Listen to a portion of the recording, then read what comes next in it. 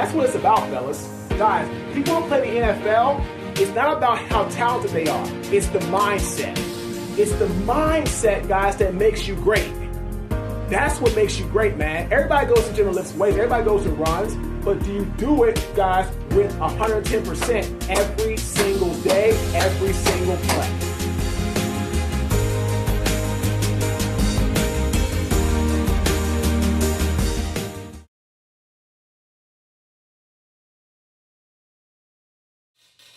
Yo, what up? Shady Will. My special guest today is former NFL player Marques Ogden. How you doing today, sir? How you doing, Darren? All right. As you already know what today is April the 26th, and today is the NFL draft. So there's a lot we want to cover with little time that we have to cover because Marques is a very, very busy person. Okay, Marques. So before we get into the, meat and potatoes, I know you know what today is. Have you been following? Is there any particular players you've been following coming up to this draft today? Yeah, I've been watching a lot of stuff on Kyler Murray. I've been watching a lot on the center from North Carolina State, Tyler Bradbury, Dwayne Haskins. So, Juwan Taylor from Florida, Cam Ford from Oklahoma. So I've been watching you guys. I did get a chance to watch the individuals at the combine. So far it's been a pretty very entertaining draft. Perspective, all the hype and talk. So it'll be interesting to see how it turns out this evening. Okay. So before we get back into, NFL draft and what's going on today, man, we want to learn a little bit about you. Now, I already know about you. I've known you for quite a few years, because I actually purchased this book that I'm going to show my Facebook Live audience. It is called Sleepless Nights by Marques Ogden. This is a very good read. Y'all make sure y'all get it. It has a story that everyone needs to actually check out. So, Marques, we know, other than being a former NFL football player, you're currently a keynote speaker and a public speaker. So would you like to kind of enlighten us about, your journey in this venture after a life of football? Yeah, so after the NFL, I started a construction business in 2008. It grew into being one of the largest African-American subcontracting businesses in the area of site work, which is like dirt removal, utility work, all that kind of good stuff, stone, sediment, and erosion control. And we became one of the largest subcontractors in the city of Baltimore and the state of Maryland.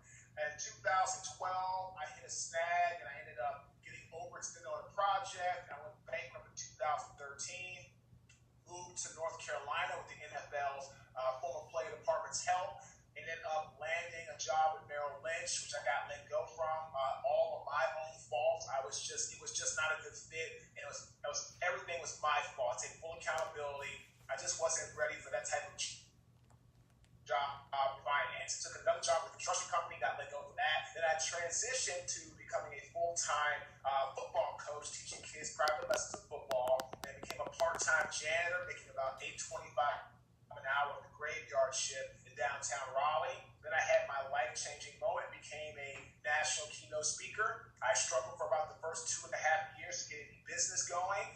Once things kind of settled down, I got some nice jobs under my belt. I'm very fortunate. I have a great power team around me now, and I do work for clients like PNC Bank, NFL franchises, Axe Advisors, the Home Depot. I'm an executive coach, best-selling author, and I produce some online courses as well to help people who want to become better leaders. Communicate effectively. Communication is the backbone of any successful business.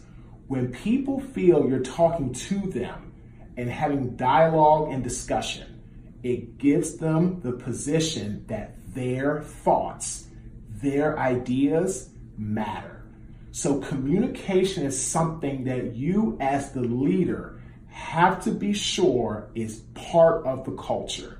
It's got to be prominent, and it's got to be every single day.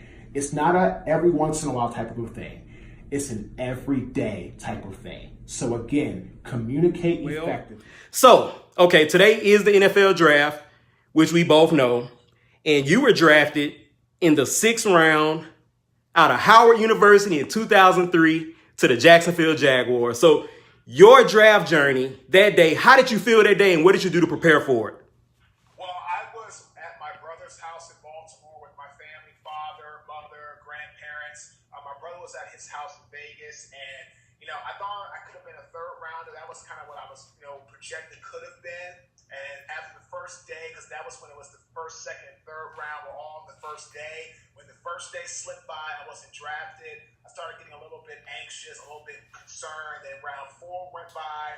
Round 5, I heard from the Dallas Cowboys about what they wanted to draft. Maybe they'd have a pick in that round. Then round 6 came around, and then I heard back from Dallas, and I heard from other people, Cincinnati, Cleveland, and I ended up actually getting a call from Jack Del Rio, and Jack ended up saying, you know what, Marcus, tell everybody else to go away. We're going to go ahead and take you at this pick, and look forward to seeing you in Jacksonville for our OTA camp. So I was drafted by Jack Del Rio and by James Shaq Harris, who was one of the first African-American quarterbacks in the NFL, who went to Grambling.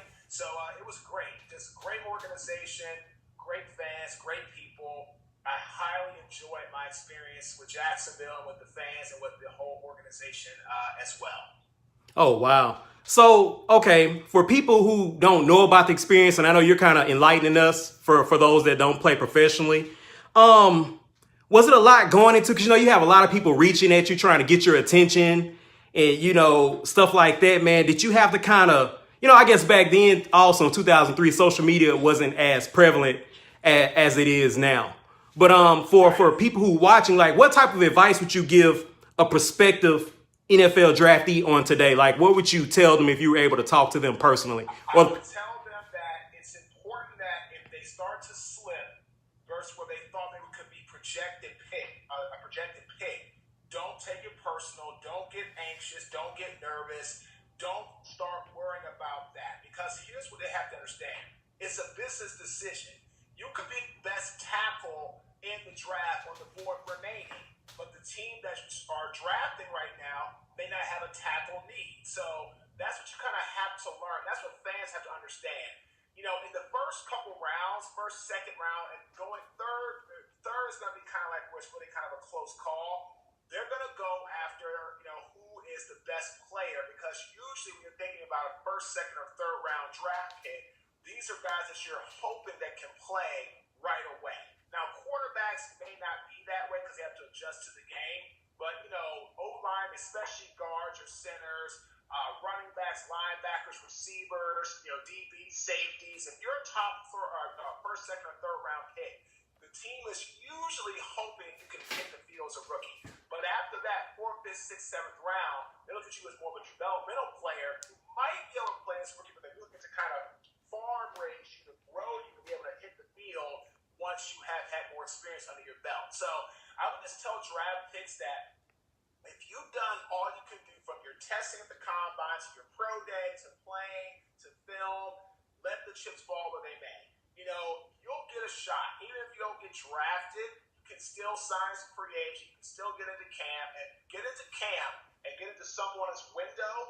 That's when it matters the most. If you're a 5th, 6th, 7th round draft pick, in real terms, you and a free agent are really not going to have that type of a favoritism, because at the end of the day, they're going to see who can play the game. So I would just tell draft picks to not focus on where they're drafted, focus on when they do get drafted, taking full advantage of the opportunity. Okay. So, and like you said, with the NFL being in business, we know you were drafted to the Jacksonville Jaguars, correct? And you played for the Baltimore Ravens. Did you get to play with your brother? For our Facebook Live audience, Marques Ogden is the brother of NFL legend Jonathan Ogden, Pro Bowl left tackle, NFL legend Jonathan Ogden. So you played for the Ravens, Buffalo Bills, and the Tennessee Titans along with the Jacksonville Jaguars. How was that experience playing with your brother? How did he treat you coming into the process? It was great. Playing with my brother was awesome. I played with guys like Ray Lewis and Reed, amazing players, great coaches. Playing with my brother was definitely an amazing experience because I was able to get taught by the best of how to play the game, but also how to handle myself off the field in the film room. So my brother played a huge part in helping me become a better professional. Okay, and I'm just gonna get a little bit more into your position. I know you played tackle and you played center. Do you think the offensive line position has evolved since you played, as far as the price that they put on, the premium they put on linemen, and the schemes and how the offense kind of functions in the NFL now? Do you think it's the same, or do you think it's changed? Being a lineman. It's definitely changed because the game today is much faster.